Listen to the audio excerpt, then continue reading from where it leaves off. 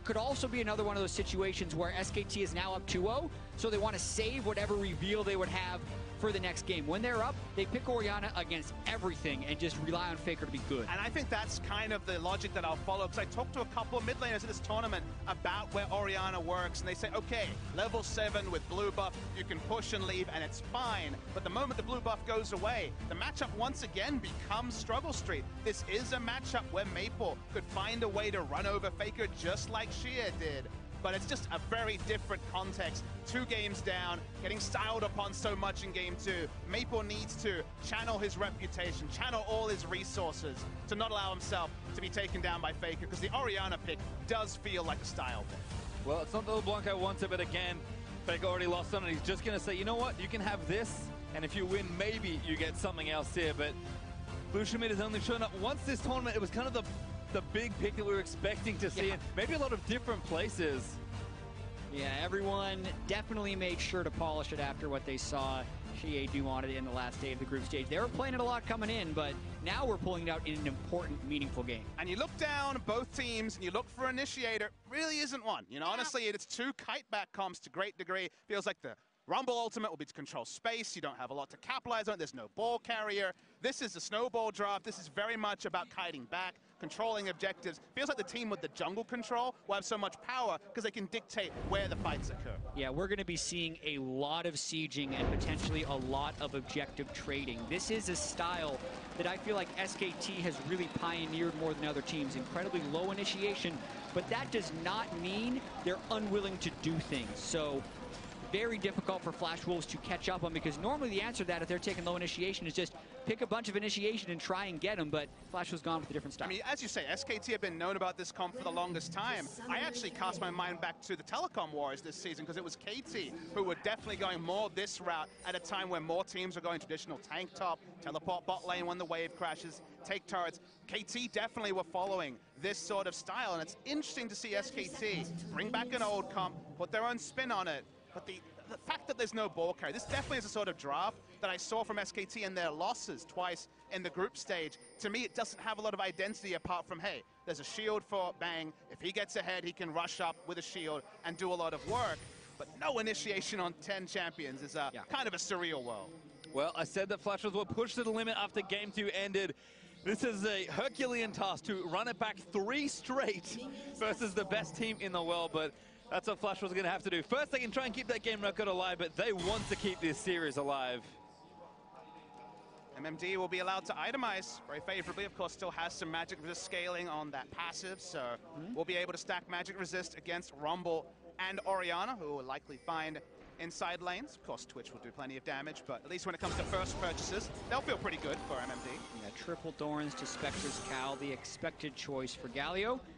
Watching Karsa's jungle path as well. Curious how he's going to do it here. If he runs over to blue, smites it, and then preps the Gromp and the Wolves, that's a fairly standard route. I've seen a lot more of the fast clear Iverns actually start by channeling and smiting blue. That's the fastest path to level 4, but obviously scared of Peanut doing some type of invade to take his red buff right at the start. Yep, the Ivern buff to buff effectively here. Marks the red and then goes in. Here's Peanut actually with a level 2 then. Maple already dashed in. Faker just walking forward. Now I think Maple knows what's up. Damage area is going to be forced to flash and heal to get out. He has so much to get out from the gank. You do have that flexibility on the Graves to look for a level 3 gank. Level 3 doesn't change things much. As top lane, trading's already begun. MMD thankfully hit 2 fast enough. The one buff gank, the one camp gank from Peanut, trying to flip the script on Faker's mid-lane Ori versus Lucian matchup a little bit. Getting those summoners out will definitely improve Faker's chances. Worth noting also, we didn't mention it in Champions League, it is Karsa's first ever competitive game on Ivern. So both he and Peanut in this tournament, fitness tournament, have picked it up. And speaking of Karsa, now Karsa's looking for a hit, but Faker does have the subs. Already flashes out of the way, but they have the angle on him. Faker just has to keep running. Bot lane's pushing. That's bad news. Ezreal or Karma could collapse onto Faker. He is dead. Maple wants to try and take it down, but Faker's going to buy as much time as he can. Faker still has a barrier. Might just hold a root collar land, and first blood goes to Maple. Oh, we've seen this story before. Mid lane Lucian gets the first blood. Doesn't have Ignite this time, but that is not what Faker wanted for the return gank from Karsa. I mean, if you want a champion that can get a kill on Orianna or on Faker pre-6, seems like Lucian's the champion for you, given that we saw this multiple times in the last series. Well, in aggression once more, though. Betty and Sword would love to play up. Bang, forced him in the heel. Exhaust already done. Now they turn their attention on the Wolf. He's ignited down. The Thunderlord's procced him from the Karma, but Wolf is barely going to live through the onslaught. Yeah, all combat summoners aside from Flash burn in that bottom lane, so Flash was going to continue to try and keep that shoved in with the Karma. Do want to call out some great play by Karsa during this gank. He forces Faker down towards the river, but then not only does he get the slow, or about to get the slow from a shield, but he forces Faker to flash down instead of up. I mean, it was a zoning flash in many ways, because the shield, of course, would have provided the slow, but it just wasn't terrain he could move towards. You called it out, pastry time. There was priority for Flash Wolves in the bot lane. Nowhere to go. Very well-reasoned play by the Flash Wolves in their first nice advantage. You can see Faker's frustration. It was inevitable from the moment he couldn't go to his turret. And I really do feel like Orianna is not his preferred pick into the Lucian, but they're doing it again because they want to save something. It is a, let's call it a gut feeling after watching enough SKT doing this, because we've seen he doesn't hold a natural edge over Lucian. We know the matchup. When he throws his ball out, Lucian can dash and avoid the damage, so it is a difficult thing he's picked himself into. But and picking for comp is kind of a weird thing to say when there's no ball carry. You could say picking for guaranteed wave pushing, yes, absolutely. But given they've been playing this skirmish style and they really can't force much, I tend to agree with you, Jack. It feels like that's the only zero-sum explanation. Maybe we need an interview with Faker and get him to clarify it after the tournament. Andre will give away his secrets. He is quite the magician after all. MMD TPing back to that top side, though. Huni burns down the wave and will likely match and rejoin the wave. Here also up for Betty. So that's kind of first early items coming out, but once again, Flash was off to an early, but a very slim lead. Yeah, and they do have some nice scaling when you consider the Lucian and Ezreal coming in with the double shielder. So it's not that exactly same type where SKT can just group up around 20 or 30 minutes and automatically win. It could happen that way if they land the right spells, but it's not the same level of discrepancy in scaling. Without the force, though, I feel like the game will be largely judged on vision. You know, vision is the big factor we talked about. The Flash Wolves did have the advantage on very much in history as trading continues in bot lane. You imagine they're going to disengage, but here we go. A lot of support or combo, but Betty tunked out on the other side. Castle, though, he's actually joined in now. Wolf going to get rooted and be forced to flash. Root Caller goes a little wide, dashes to a minion. I think he's trying to get out of the way, but Castle taking too much damage. Bang gets a kill in a 2v3. Pina going to join the party. Betty zooms out of the way. He's got his flash, forced to burn it there, but now Sorta took damage on the back end. No die from Peanut, but so much force. It looked so good at the start for Flash Wolves with the positioning, but Karsa takes a turret shot and another inexperienced Ivern player kind of used everything in his kit and just ate free damage when Twitch and Lulu turned.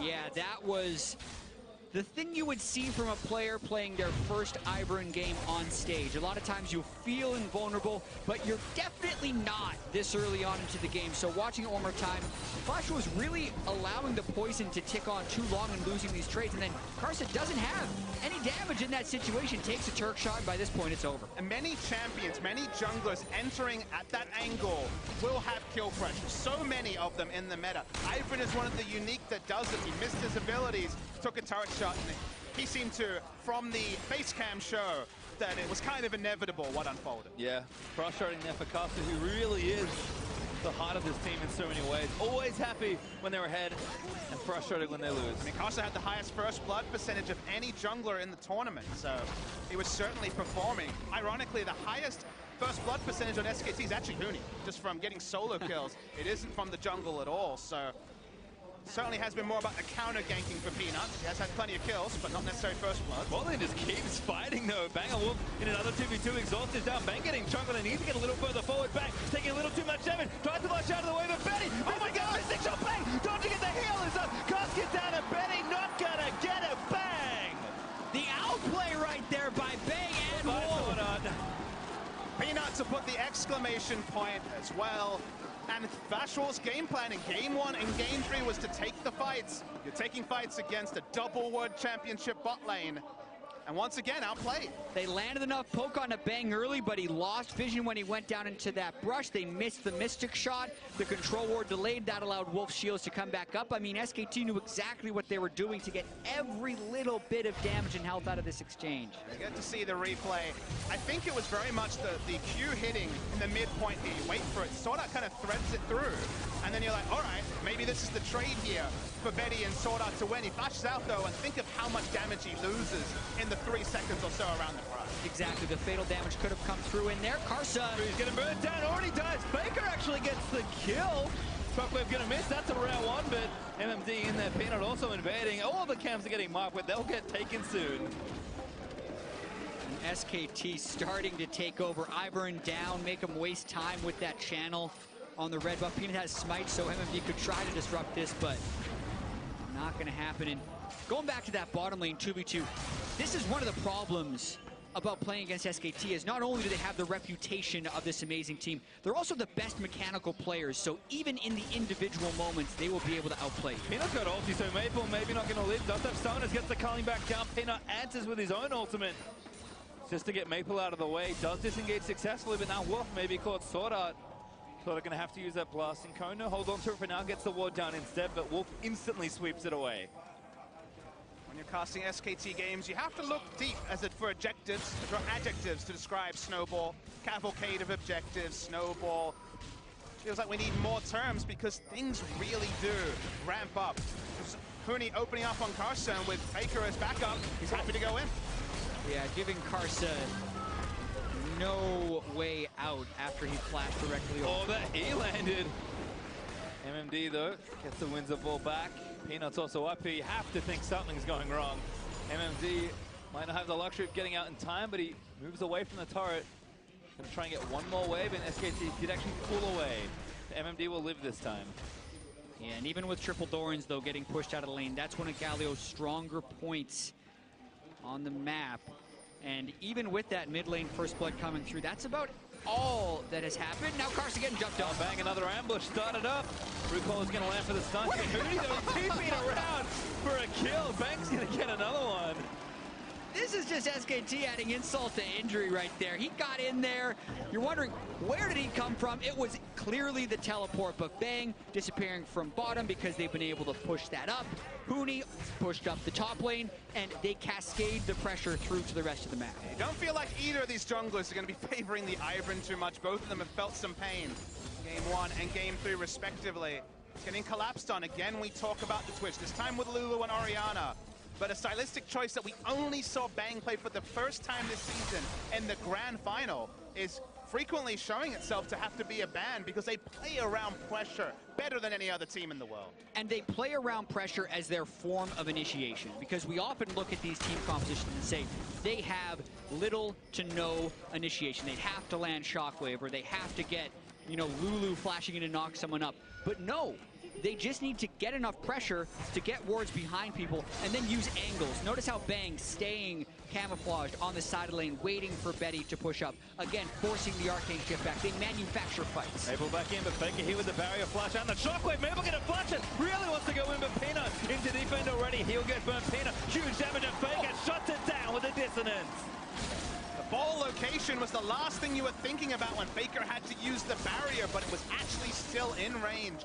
Snapped it over to Maple, and the all-ins that were working for Chia suddenly are not working for Flashball. Just awesome Orianna play, I feel like, from Faker, because so often you just want to shield yourself in those situations and the ball goes so far away from the fight. But Faker managed to get it behind Maple and just leave it there, totally surprising him for that final kill. Can't wait to see it in the replay. Credit to Peanut for another great counter gank as well, but you can kind of see the difference between an Orianna that's now ahead and a Graves forcing against a Lucian mid and an Ivern. This is kind of that point where it gets rough in the matchup. And you see the all-in, you're like, okay, this worked really well for Shia. What's going to happen? What's out the ult? Notice that he uses barrier and not command protect. He just walks back into range, uses W, Thunderlord's proc. He could have used command protect at any point. Yeah. That's actually gorgeous because he was too far away to use his Q. He couldn't move the ball anywhere further forward, so he actually just waited for Maple to walk next to it, cast his dissonance, and got the last hit. That's something you only get after so many games on Orianna.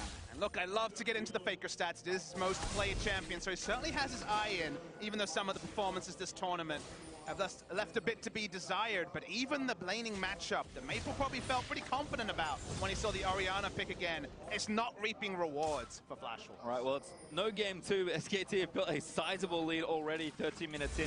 3,000 gold up, 6-1 up in kills, and the turrets are still looking healthy-ish on the side of Flashball. You have to think again, SKT know how to move themselves around the map, take their first turret kill, knock down multiple turrets in a row, and if that happened, Flashballs are just too far behind to really recover in the mid game. Yeah, and there's the standing gold is what's preventing this lead from being the same level that it was in Game 2, and the standing gold refers to the outer turrets in every single lane. Mountain Drake is up. The pressure has been acquired by SKT right there. They have the deep vision into Flash Wolves jungle, and they can get that Mountain Drake and then potentially push up for those turrets. And it's just, again, that using pressure as a form of initiation that you can kind of see from SKT. Look how far back the members of Flash Wolves are forcing to play. This is kind of that brilliance and the elegance in SKT play that is very difficult to understand just looking at it. But when we see games play out time and time again the same way, you have to look a little further, and when you do, you just see the beauty. And it's not played without risk. They were making that play before Huni's teleport came up. MMD was hanging back because he had teleport of his own, but it's all about windows. It's all about knowing how much aggression you can show in the context of the 14 minutes that have occurred before you push up and threaten to dive. And when it's within 30 seconds of a teleport coming up, you may have a timer, but you start to doubt yourself. Yeah, and even now when they have full control ward vision of the river, they're not immediately going over to Drake. They're hoping to just keep chipping away on that bottom side, waiting for Flash Wolves to overcommit. They could also be waiting for their soul lanes to hit level 11 because they hit such tremendous power spikes when compared to what the Galio and Lucian hit at level 11. Flashes forward, Wildrose in the goodbye, Maple! There's your initiation, Jet! Hey, we talked about getting next to someone in Lulu Wall. I think that's one way. Oh my goodness. He smelled blood. You know, he had the Ivern game. He's working out his frustrations, flashing into melee range of an Orianna. I think Bang's going to turn it maybe back around. Shields are good. The redemption down to his caster, actually. That was his redemption that maybe got it done, but another flash from Bang. Betty desperately trying to finalize a kill, but no case will be closed today. Bang will escape with his gold, and there's Faker. First turret gold solo. Well, we said Orianna was probably not his preferred pick against Lucian. You never know. You could be fooled with his performance in this game after giving up first blood and the help of his team really putting Maple down in that mid lane. I mean, you understand the theory behind why he's picking it. You can question it based on theory. You can speak to other mid laners, but I think this is the don't try this at home sign that goes up. You see the Lucian mid lane in solo queue.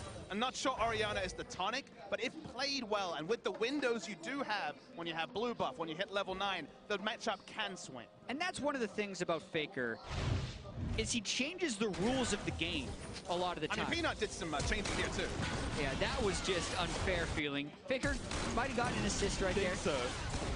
But just thinking about the game 2, where he picked Cassiopeia into LeBlanc. LeBlanc is pretty much the most banned champion coming in here. When people prepare the counter picks, they're thinking, okay, I can play maybe Ryze against it sometimes, or I pick a big shielding champion. And Faker, unlike any other player that we've seen in Pro, pulls out the Cassiopeia against it and absolutely dominates, something that no one else could do. We've seen so much LeBlanc in this tournament, no Cassiopeia. Again, I mentioned we saw some in Korea, but it wasn't played like that. There was no level 1 dominance, proxying waves at level 1.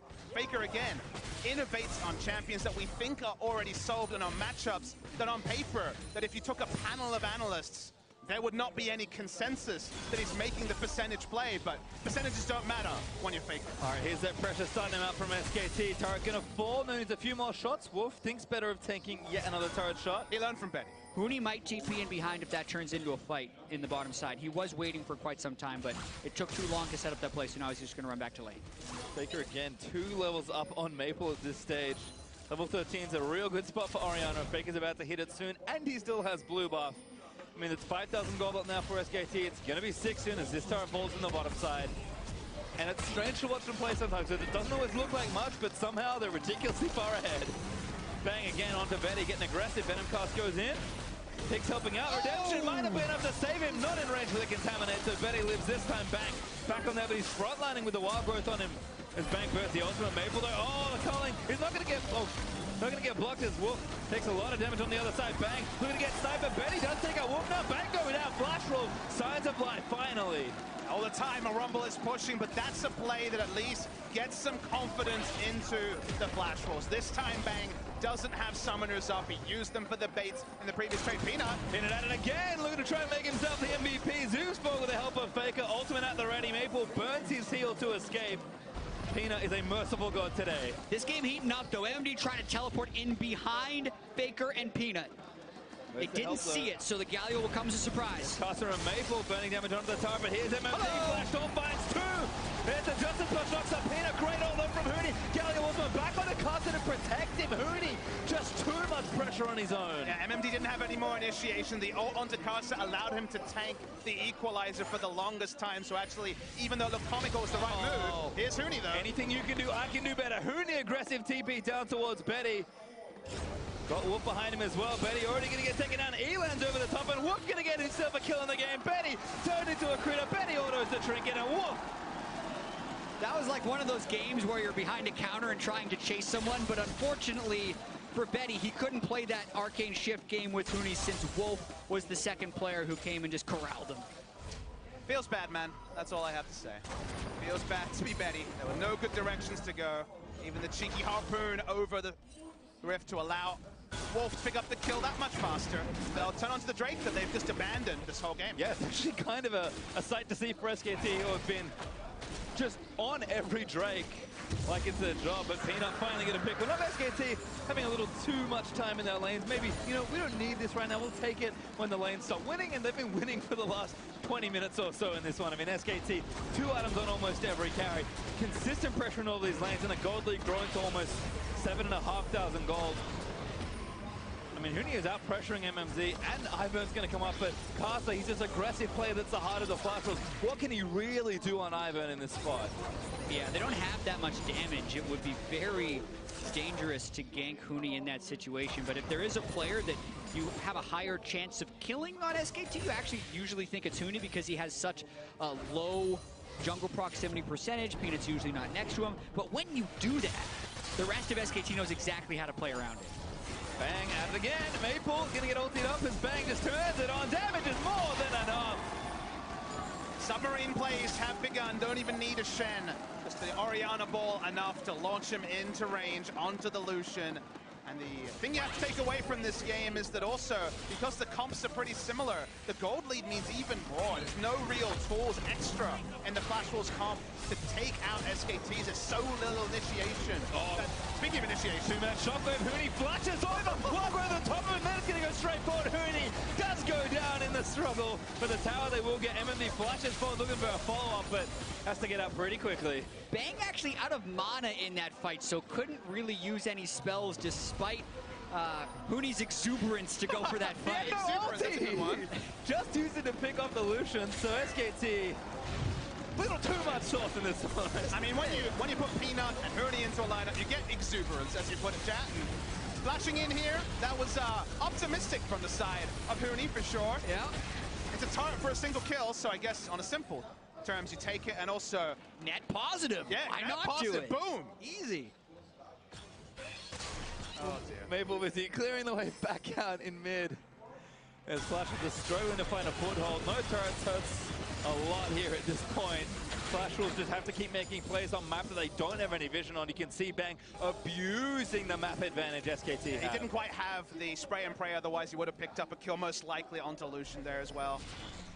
Just popped up with his newly found red buff, chunked him out, backed away, and you can see on the map, basically SKT is getting access to every CS. Keeps happening. Yep, Whimsy's on him. Betty's the next one. He's got flash. Bang does have his ultimate again. Galio ulti is enough to keep him alive with a bit of help from Ivern's shields, but okay, what's his cooldown right now? 80 seconds? He's back at it again in about a minute. Lulu makes his closing distance that much better. They take the Galio alt threat away. They prep those side waves. SKT hitting on all cylinders right now. Game 1 ended about 30 minutes. Game 2 looked at about 27. 22 and a half of pass somewhere. SKT might try and make this one the fastest game in the series. I mean, we're what, 2 hours and 20 minutes into the series. Looks like it could be a very, very early one. They're looking for kills and also this turret. I mean, Bang is just all the initiation they kind of need at this point. 4 1-on-1. Turret's going to fall down, and again, the consistent dynamic pressure SKT applies got them almost 10,000 gold ahead at 23 minutes. And we have seen so many different iterations of SKT. So every one of them having Faker. The last few years, Bang and Wolf have been in the finals and victorious with it. But Peanut and Hooney are really the ones that have had to integrate within this SKT lineup throughout the year. And at first, it was hard because Bangi and Peanut are completely stylistically different junglers. Hooney was not the way Duke was playing for them last year. Maybe a little bit more comparable to Marin in the 2015 SKT, which many consider the best incarnation of SKT. And that's kind of what SKT will be striving towards, is trying to be the best SKT ever. And you use the word dynamic to describe their decision-making. This new SKT lineup is dynamic. Huni's dynamism and his dynamic nature was clear 2 years ago on Fnatic, playing Vlad and other carries out of meta. Peanut captured the world's imagination at Worlds with his aggression on Olaf and Lee Sin. And they've added dynamic players to complement now the steady hands, Faker, Bang, and Wolf. And the end result is it's still SKT dominance, but some of the games have so many highlights that aren't the controlled, slow games you would previously associate with the name SK Telecom team. Many things change for this team, but the two constants have been Faker and winning. And SKT are in a very good spot to win this series. Sorry to come. Oh, thank you. He's also he's not on the riff. 3 constants, baby. He'll do. He's pretty good, I guess. 10,000 gold though is the lead for SKT. Apologies to Coma once more. SKT are setting up, of course, for the Baron. Huni with the TP. Got bottom lane going, and Flash Rolls just need an angle. Coma holds grudges too. He's coming for you now. Oh, no.